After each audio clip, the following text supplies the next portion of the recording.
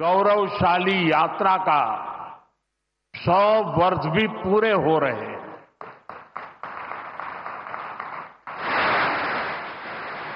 आज इस अवसर पर मुझे स्मृति मंदिर जाकर पूज्य डॉक्टर साहब और पूज्य गुरुजी को श्रद्धांजलि अर्पित करने का सौभाग्य मिला।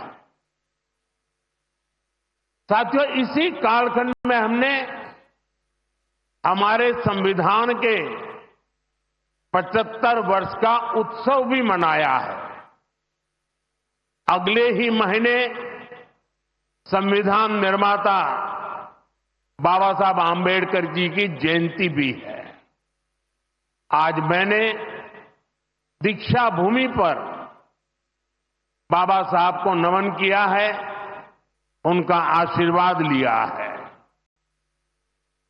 मैं इन विभूतियों को नमन करते हुए देशवासियों को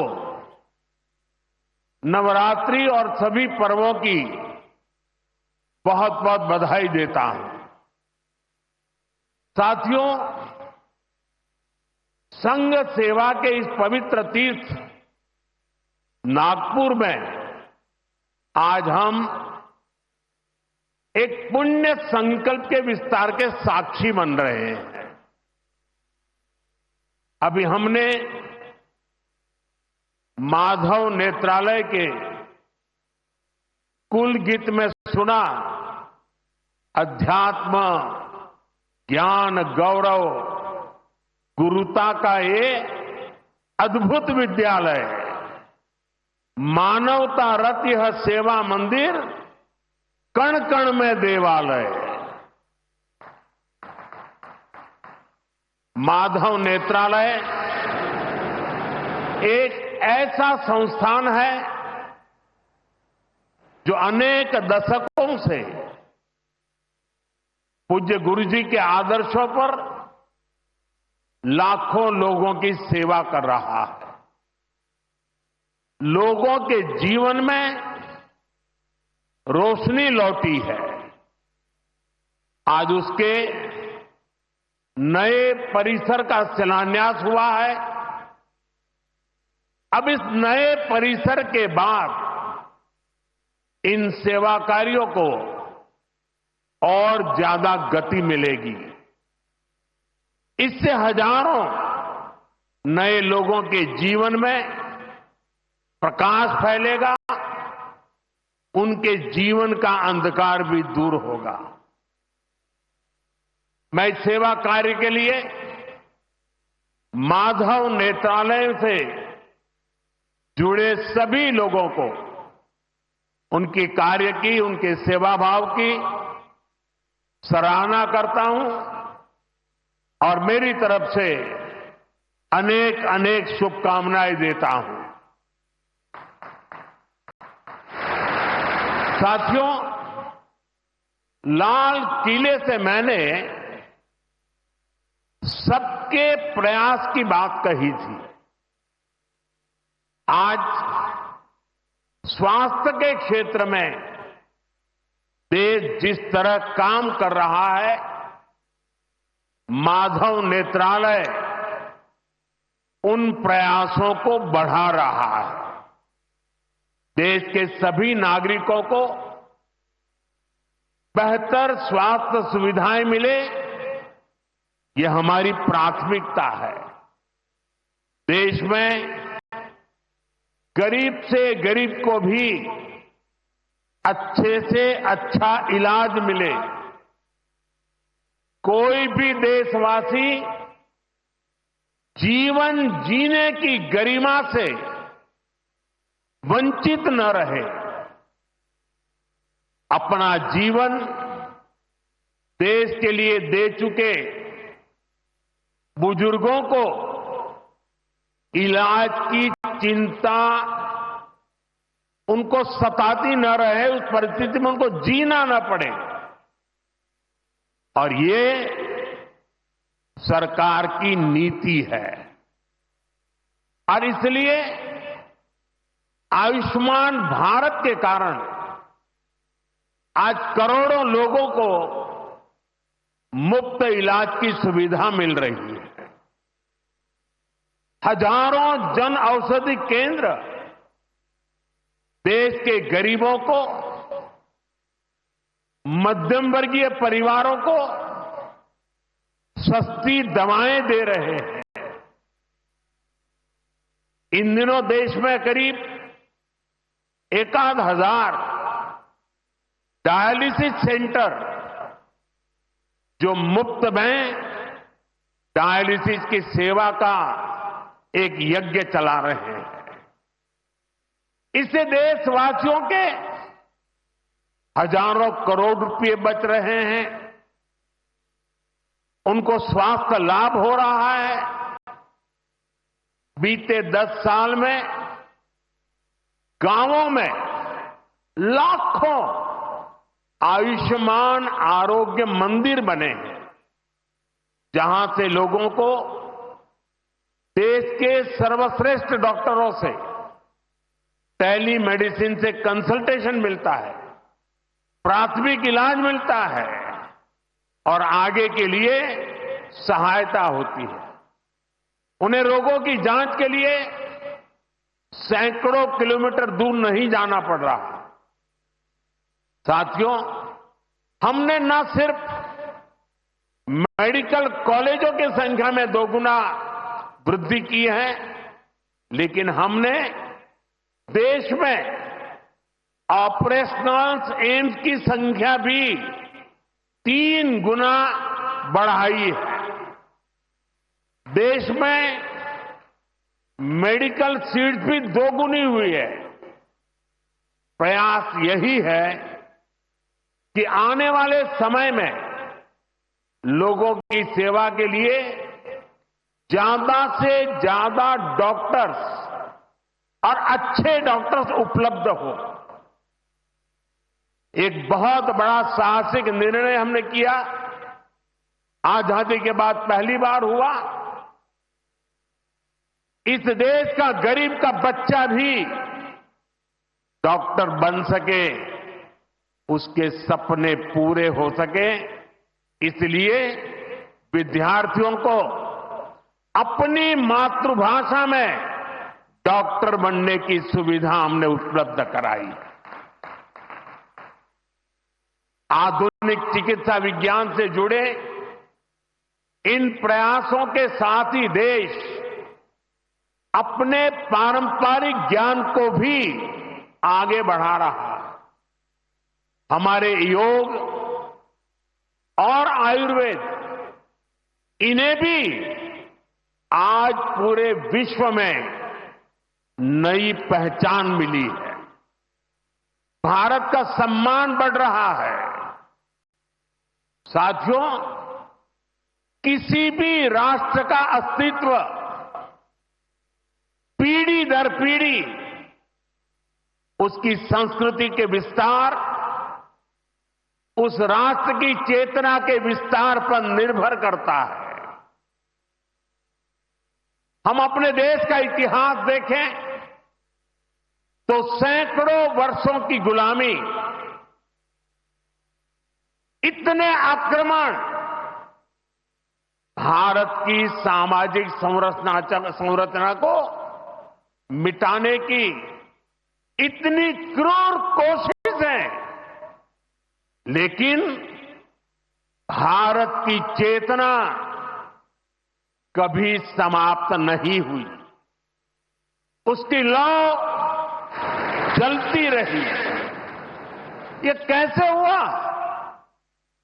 क्योंकि कठिन से कठिन दौर में भी भारत में इस चेतना को जागरूक रखने वाले नए नए सामाजिक आंदोलन होते रहे। भक्ति आंदोलन उसका ये उदाहरण जिससे हम सब भली भांति परिचित हैं।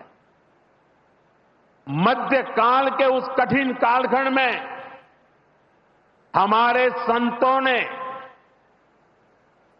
भक्ति के विचारों से हमारी राष्ट्रीय चेतना को नई ऊर्जा दी। गुरु नानक देव, कबीरदास, तुलसीदास, सूरदास, हमारे यहां महाराष्ट्र में संत तुकाराम, संत एकनाथ, संत नामदेव, संत ज्ञानेश्वर, ऐसे कितने ही संतों ने हमारी इस राष्ट्रीय चेतना में अपने मौलिक विचारों से प्राण फूंके। इन आंदोलनों ने भेदभाव के फंदों को तोड़कर समाज को एकता के सूत्र में जोड़ा। इसी तरह स्वामी विवेकानंद जैसे महान संत भी हुए। उन्होंने निराशा में डूब रहे समाज को झकझोरा, उसे उसके स्वरूप की याद दिलाई, उसमें आत्मविश्वास का संचार किया और हमारी राष्ट्रीय चेतना को बुझने नहीं दिया। गुलामी के आखिरी दशकों में डॉक्टर साहब और गुरुजी जैसे महान व्यक्तित्वों ने इसे नई ऊर्जा देने का काम किया। आज हम देखते हैं राष्ट्रीय चेतना के संरक्षण और संवर्धन के लिए जो विचार बीज 100 साल पहले बोला गया, वो महान वटवृक्ष के रूप में आज दुनिया के सामने है। सिद्धांत और आदर्श इस वटवृक्ष को ऊंचाई देते हैं। लाखों करोड़ों स्वयंसेवक इसकी टहनी, ये कोई साधारण वटवृक्ष नहीं, राष्ट्रीय स्वयंसेवक संघ भारत की अमर संस्कृति का आधुनिक अक्षय वट है। ये अक्षय वट आज भारतीय संस्कृति को, हमारे राष्ट्र की चेतना को निरंतर ऊर्जावान बना रहा है। साथियों, आज जब हम माधव नेत्रालय के नए परिसर का काम शुरू कर रहे हैं, तो दृष्टि की बात स्वाभाविक है। हमारे जीवन में दृष्टि ही हमें दिशा देती है। इसलिए वेदों में भी कामना की गई है, पश्चिम शरदः शतम, अर्थात हम 100 वर्ष तक देखें। ये दृष्टि आंखों की यानी बाह्य दृष्टि भी होनी चाहिए और अंतः दृष्टि भी होनी चाहिए। जब अंतः दृष्टि की बात करते हैं तो विदर्भ के महान संत श्री गुलाबराव महाराज जी का स्मरण भी होना स्वाभाविक है। उन्हें प्रज्ञाचक्षु कहा जाता था। बहुत कम आयु में ही उनको आंखों से दिखाई देना बंद हो गया, लेकिन फिर भी उन्होंने अनेकों पुस्तकें लिखी थी। और अब कोई भी पूछ सकता है कि जब आंखों से दिखाई नहीं देता है तो उसके बावजूद भी कोई इतने ग्रंथ कैसे लिख सकता था? इसका उत्तर यह है कि उनके पास भले ही नेत्र नहीं थे, लेकिन दृष्टि थी। ये दृष्टि बोध से आती है, विवेक से प्रकट होती है। ये दृष्टि व्यक्ति के साथ ही समाज को भी बहुत शक्ति देती है। हमारा राष्ट्रीय स्वयंसेवक संघ भी एक ऐसा संस्कार यज्ञ है जो अंतर्दृष्टि और बाह्य दृष्टि दोनों के लिए काम कर रहा है। बाह्य दृष्टि के रूप में हम माधव नेत्रालय को देखते हैं और अंतर्दृष्टि ने संघ को सेवा का पर्याय बना दिया है। साथियों, हमारे यहां कहा गया है, परोपकाराय फलंति वृक्षाः, परोपकाराय वहन्ति नद्यः, परोपकाराय दुहन्ति गावः, परोपकारार्थमिदं शरीरम। हमारा शरीर परोपकार के लिए ही है, सेवा के लिए ही है। और जब ये सेवा संस्कारों में आ जाती है तो सेवा ही साधना बन जाती है। यही साधना तो हर एक स्वयंसेवक के जीवन की प्राणवायु होती है।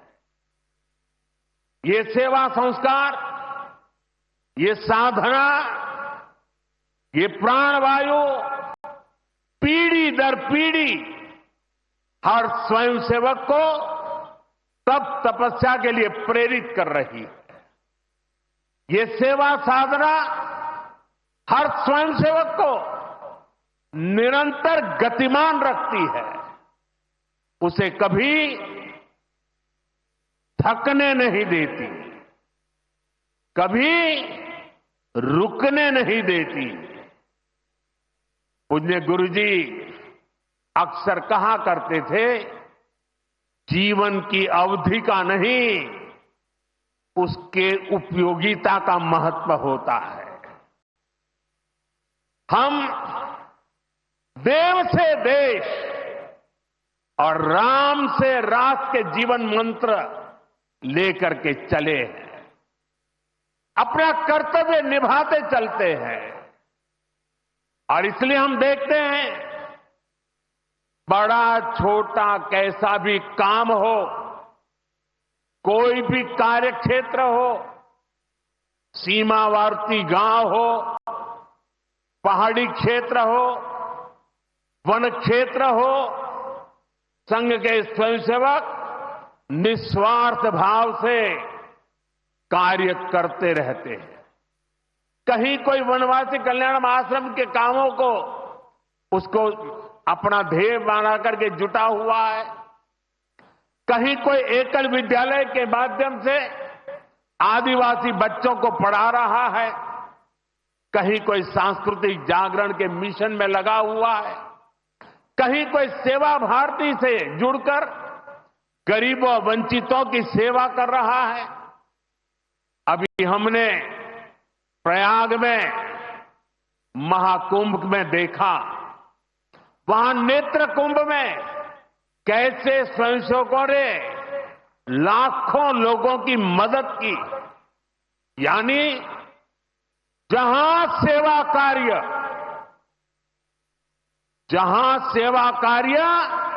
वहां स्वयंसेवक। कहीं कोई आपदा आ जाए, बाढ़ की तबाही हो या भूकंप की विभीषिका हो, स्वयंसेवक एक अनुशासित सिपाही की तरह तुरंत मौके पर पहुंचते हैं। कोई अपनी परेशानी नहीं देखता, अपनी पीड़ा नहीं देखता, बस सेवा भावना से हम काम में जुट जाते हैं।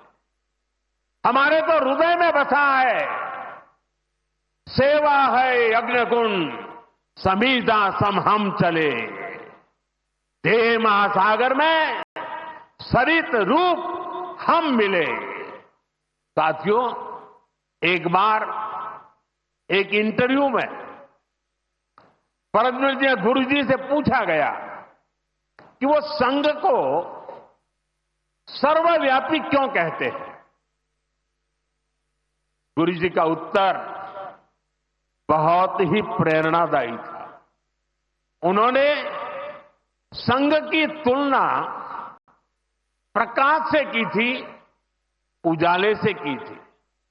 उन्होंने कहा कि प्रकाश सर्वव्यापी होता है, वो खुद ही अकेले सारे कार्य भले न करे, लेकिन अंधेरे को दूर करके वो दूसरों को कार्य करने का रास्ता दिखा देता है। गुरुजी की ये सीख हमारे लिए जीवन मंत्र है। हमें प्रकाश बनकर अंधेरा दूर करना है, बाधाएं मिटानी है, रास्ता बनाना है। उस भाव को हम जीवन भर सुनते रहें। हर कोई कम अधिक मात्रा में जीने का प्रयास करता रहा। मैं नहीं, तुम, अहम नहीं, वयम, इदम राष्ट्राय, इदम न मम। साथियों, जब प्रयासों के दौरान जब मैं नहीं, हम का ध्यान होता है, जब राष्ट्र प्रथम की भावना सर्वोपरि होती है, जब नीतियों में, निर्णयों में देश के लोगों का हित ही सबसे बड़ा होता है, तो सर्वत्र उसका प्रभाव भी और प्रकाश भी नजर आता है। विकसित भारत के लिए सबसे जरूरी है कि हम उन बेड़ियों को तोड़े जिनमें देश उलझा हुआ था। आज हम देख रहे हैं भारत कैसे गुलामी की मानसिकता को छोड़कर आगे बढ़ रहा है। गुलामी की निशानियों को जिस हीन भावना में 70 वर्षों से डोया जा रहा था, उनकी जगह अब राष्ट्रीय गौरव के नए अध्याय लिखे जा रहे हैं। वो अंग्रेजी कानून जिन्हें भारत के लोगों को नीचा दिखाने के लिए बनाया गया था, देश ने उन्हें बदल दिया है। गुलामी की सोच से बनी दंड संहिता की जगह अब